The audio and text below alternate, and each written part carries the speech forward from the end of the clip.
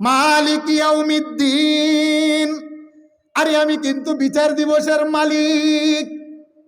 তোমাকে আমি আল্লাহ স্বাধীনতা দিলাম, দুনিয়াতে ভালো করো মন্দ করো, দুনিয়ার মধ্যে বিচার নিব না। আমি আল্লাহ হাসরের ময়দানে একটা আদালত কায়েম করব, আদালত। ওই আদালতের মধ্যে আমি আল্লাহ হব বিচারক, বাদশার বাদশা। আল্লাহু আকবার বলেন। মালিক ইয়াউমিদ্দিন, আল্লাহ বলেন আমি হব আহকামুল হাকিমিন, বাদশার বাদশা। আমার আল্লাহ 8 জন ফেরেশতার কাঁধে তিনার কুরসিটা উঠাবেন। আমার আল্লাহ 8 জন ফেরেশতার কাঁধে তিনার চেয়ার উঠিয়ে তিনি জমিনের মধ্যে অবতরণ হবেন। ইয়াকবিদুল্লাহুল আরদা ওয়া ইয়াতবিস সামাআ বিয়ামিনি, আমার আল্লাহ 7টা আকাশকে তিনার ডান হাতের তালুর মধ্যে নিবেন। ওয়া ইয়াতবিল আরদিনা বিশিমালিহি, আমার আল্লাহ 7টা জমিনকে তিমান বাম হাতের তালুর মধ্যে উঠাবেন। সুবহানাল্লাহ বলেন। অতঃপর আমার আল্লাহ একটা ঘোষণা দিবেন, আনাল মালিক, আমি হলাম বাদশার বাদশা। আইনা মুলুকুদ দুনিয়া, দুনিয়ার রাজা বাদশারা কোথায়? আইনাল জাব্বারুনা ওয়া আইনাল মুতাকাব্বিরুন, আল্লাহ বলবেন দুনিয়ার প্রতাপশালীরা কোথায়?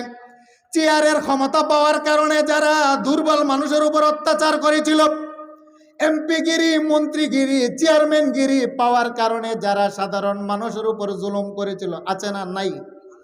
আরেকটু জুড়ে বলেন, আছে না নাই? আইনা ফেরাউন, ফেরাউন কোথায়? মিশরের রাজত্ব পাওয়ার কারণে আমার পয়গম্বর মূসার উপরে জুলুম করেছিলেন। আইনা নমরুদ, নমরুদ কোথায়? রাজত্ব ক্ষমতা পাওয়ার কারণে ইব্রাহিম পয়গম্বর উপরে জুলুম করেছিলেন। কোথায় আবু জাহেল, আবু লাহাব? আমি আল্লাহর সামনে দাঁড়াও, আইনাল জাব্বারুনা ওয়া আইনাল মুতাকাব্বিরুন, আমার আল্লাহ সেদিন প্রতাপশালীদেরকে, অহংকারীদেরকে ডাকবেন। আমার নবী বলেন কোন মানুষ আল্লাহর সামনে সেদিন দাঁড়িয়ে কথা বলার ক্ষমতা পাবে না। ইউহশারুন নাসু ইয়াউমাল কিয়ামাতি হুফাতান উরাতান গুরলা, আমার আল্লাহ সেদিন মানুষগুলাকে উলঙ্গ করে দাঁড় করাবেন। আল্লাহু আকবার বলেন। মানুষগুলাকে আমার আল্লাহ উলঙ্গ করে দাঁড় করাবেন। বুখারীর বর্ণনা, দেহের মধ্যে কোনো জামা থাকবে না, খত্তাবিহীন অবস্থায়। আম্মা জান আয়েশা বলেন, ইয়া রাসূলুল্লাহ, ইয়া হাবিবাল্লাহ, আর রিজালু ওয়ান নিসাউ জামিআ ইয়ানজুরু বাযুহুম ইলা বায, নবী, কোটি কোটি নারী পুরুষ সেদিন দাঁড়াবে, দেহের মধ্যে কাপড় নাই। একজন মানুষ কি আর একজন মানুষের দিকে তাকাবে না, বড়ই লজ্জার কথা। আমার নবী বলেন, ইয়া আয়েশা, আল আমরু আসাদ্দু মিন আইয়ানজুরা বাযুহুম ইলা বায, এমন একটা পরিস্থিতি আমার আল্লাহ কায়েম করবেন, কে নারী আর কে পুরুষ, কার দেহে কাপড় আছে কার দেহে কাপড় নাই, সে খেয়ালটুকু পর্যন্ত মানুষ হারিয়ে ফেলবে। আল্লাহু আকবার। আল্লাহ বলেন, মালিক ইয়াউমিদ্দিন, সেই কঠিন বিচার দিবসের আমি আল্লাহ হলাম বাদশা, বিচার দিবসের মালিক। লা তাজুলু কাদাবা ইবনে আদম, প্রত্যেকটা মানুষকে 2টা পায়ের পাতার উপরে আমার আল্লাহ দাঁড় করাবেন। দাঁড় করিয়ে আমার আল্লাহ 5টা প্রশ্ন করবেন, মানুষগুলা গামতে আরম্ভ করবে। কোন মানুষের পক্ষে প্রশ্নের জবাব দেওয়া সম্ভব হবে না, গামতে আরম্ভ করবে।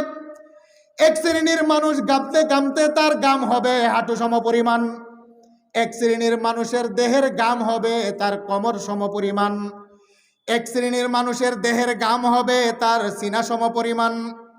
প্রত্যেকটা মানুষ নাফসি নাফসি করতে আরম্ভ করবেন। কেউ কারো দিকে তাকাবে না, কেউ কারো সাহায্য করবে না। সন্তান দূর দিয়ে মার কাছে যাবে, আজকে একটু সাহায্য পাই কিনা। ইয়াউমা ইয়াফিরুল মারউ মিন আখিহি ওয়া উম্মিহি ওয়া আবিহি ওয়া সাহিবাতিহি ওয়া বানিহি, আল্লাহ বলেন নাফরমান মার কাছে যাবে, মা পালিয়ে যাবে। বাবার কাছে যাবে, বাবা পরিচয় দিবে না। বন্ধুর কাছে যাবে, লা ইয়াসআলু হামিমুন হামিমা, অন্তরঙ্গ বন্ধু সেদিন বন্ধুর পাশে দাঁড়াবে না। ইউবাসসারুনাহুম, যদিও বন্ধুর সাথে বন্ধুর চোখে চোখ পড়বে, বন্ধু বন্ধুর পরিচয় সেদিন ওপেন করবে না, গোপন রাখবে। আল্লাহ বলেন আপনজন বলতে সেদিন কেউ তাদের পাশে দাঁড়াবে না। এমন একটা পরিস্থিতি আমার আল্লাহ কায়েম করবেন, কোনো মানুষ সেদিন আল্লাহর সামনে দাঁড়িয়ে কথা বলারও সাহস পাবে না। সেই কঠিন মুহূর্তে আমার আল্লাহ একটা ঘোষণা দিবেন, আল্লাহ ঘোষণা দিবেন ফারিকুম ফিল জান্নাতি ওয়া ফারিকুম ফিস সাঈর। হে আমার বান্দা, দুনিয়াতে যার সাথে আমার ভালোবাসা ছিল, দুনিয়াতে যার সাথে আমি আল্লাহর সাথে গভীর সম্পর্ক ছিল, দুনিয়াতে থাকতে যেই মানুষটা আমি মালিকের দাসত্ব আর গোলামি করেছে, আমি মালিকের কোরআনের প্রতি যার ভালোবাসা ছিল, আমি মালিকের কোরআনকে প্রতিষ্ঠা করার জন্যে যার দেহের ঘাম জড়ানো, টাকা দিয়ে, পয়সা দিয়ে, বুদ্ধি দিয়ে, পরামর্শ দিয়ে আমি আল্লাহর কালামের সাথে যার মহাব্বত ছিল, ভালোবাসা ছিল, আল্লাহ বলবেন গোলাম তোমার কোনো টেনশন নাই, তোমার কোনো ভয় নাই, তুমি ডান পাশে দাঁড়িয়ে যাও। আল্লাহর কালাম ওই ব্যক্তিটার জন্য আল্লাহর দরবারে দাঁড়িয়ে যাবেন সুপারিশ করার জন্য। সুবহানাল্লাহ কোন, আরেকটু জোরে বলেন আল্লাহু আকবার। আল্লাহ পাক কোরআন ওয়ালাদেরকে ডান পাশে দাঁড় করাবেন। এবার কোরআন আল্লাহর সামনে দাঁড়াবেন কথা বলার জন্য। আসিয়াম ওয়াল কুরআন ইয়াশফাআনি লিল আবদি। নবী বলছেন কোরআনকে আমার আল্লাহ জবান দিবেন, কোরআন জবান পাওয়ার পরে কোরআন ওয়ালার জন্য কথা বলবেন। সুবহানাল্লাহ বলবেন না? একটু জোরে বলেন আল্লাহু আকবার। মালিক ইয়াউমিদ্দিন।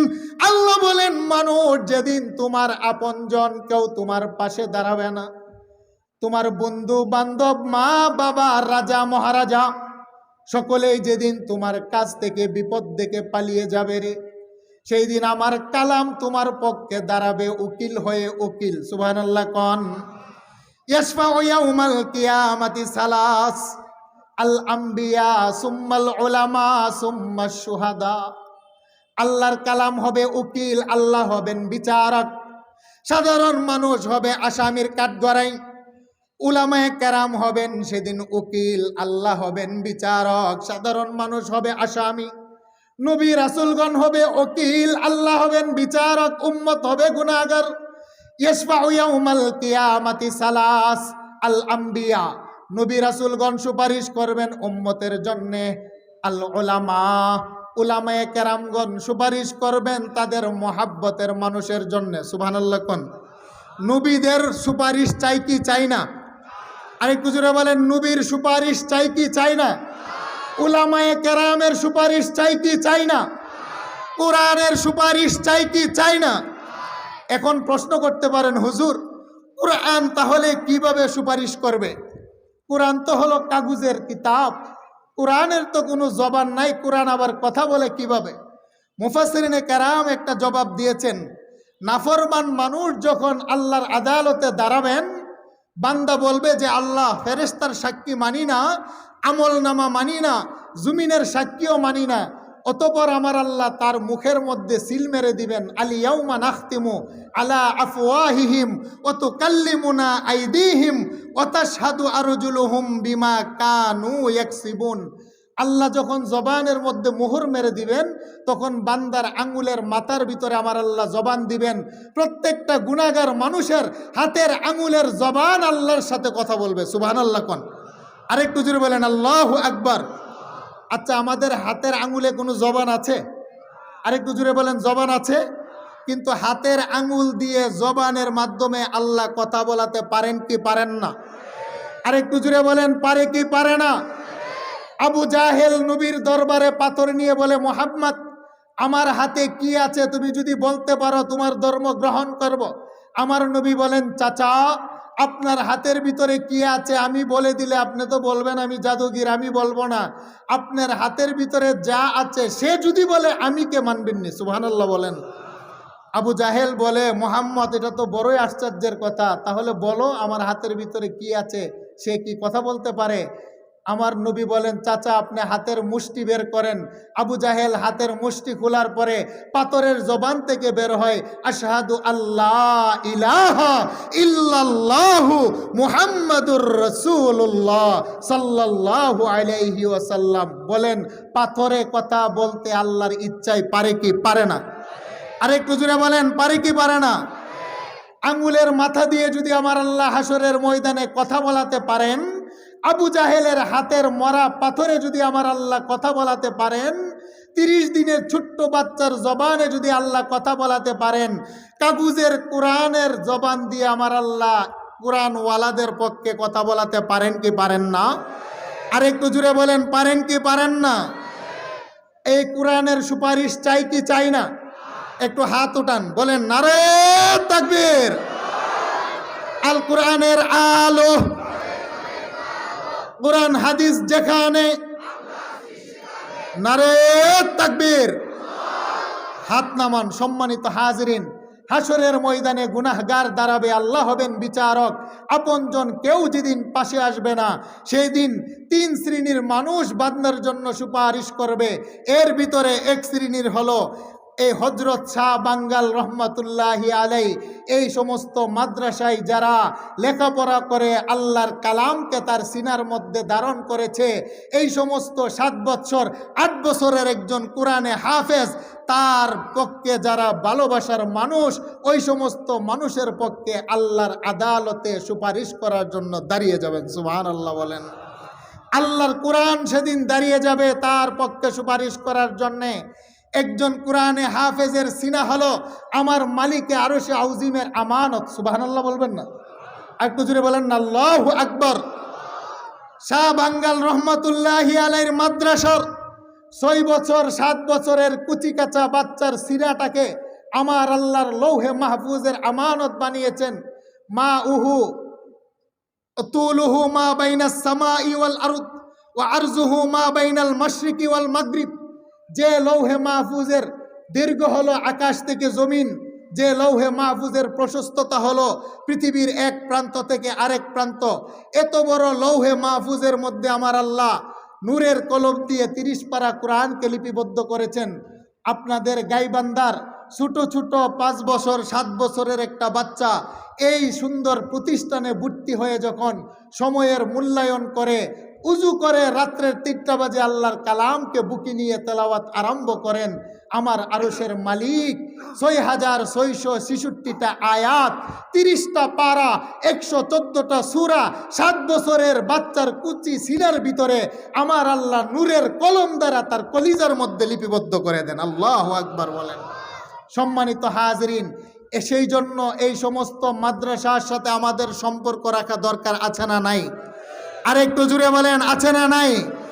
হাসরের ময়দানে নাজাতের জন্যে, কোরআনের সুপারিশ পাওয়ার জন্যে, আলেম উলামাদের সুপারিশ পাওয়ার জন্যে এই সমস্ত মাদ্রাসাগুলো হাসরের ময়দানে আল্লাহর আদালতে আমাদের পক্ষে দাঁড়িয়ে যাবে। আমরাও চাই